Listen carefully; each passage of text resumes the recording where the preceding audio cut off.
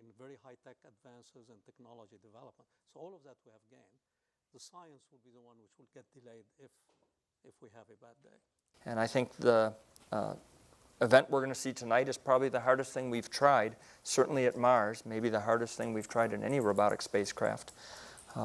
And so that means the outcome is uncertainty. But that's what drives people to perform at much higher levels, is that challenge, the excitement of the challenge, and the potential return. Media side of the house, come back here for a few more questions from media.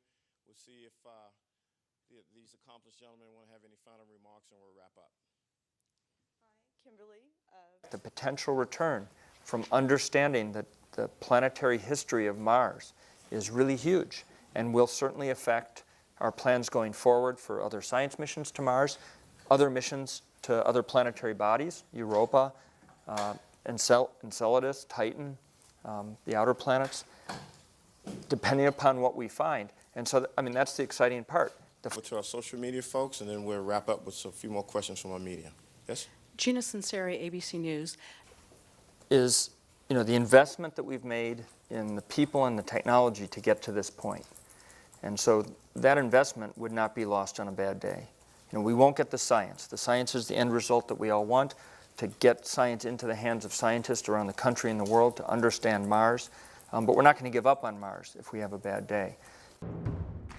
The largest rover ever sent to another planet will touch down in the middle of the night after a spectacular entry into the Martian atmosphere and descent to the surface. 1,000 degrees Fahrenheit will protect the rover as it slows down rapidly.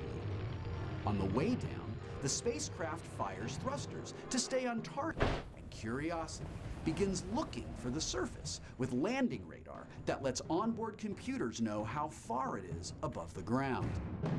Be fastened underneath, tucked, drops from the parachute, fires up its landing engines, and slows the system to a near stop. After touchdown, the sky crane's work is done, and it cuts loose to fly a safe distance away from our newest rover on Mars.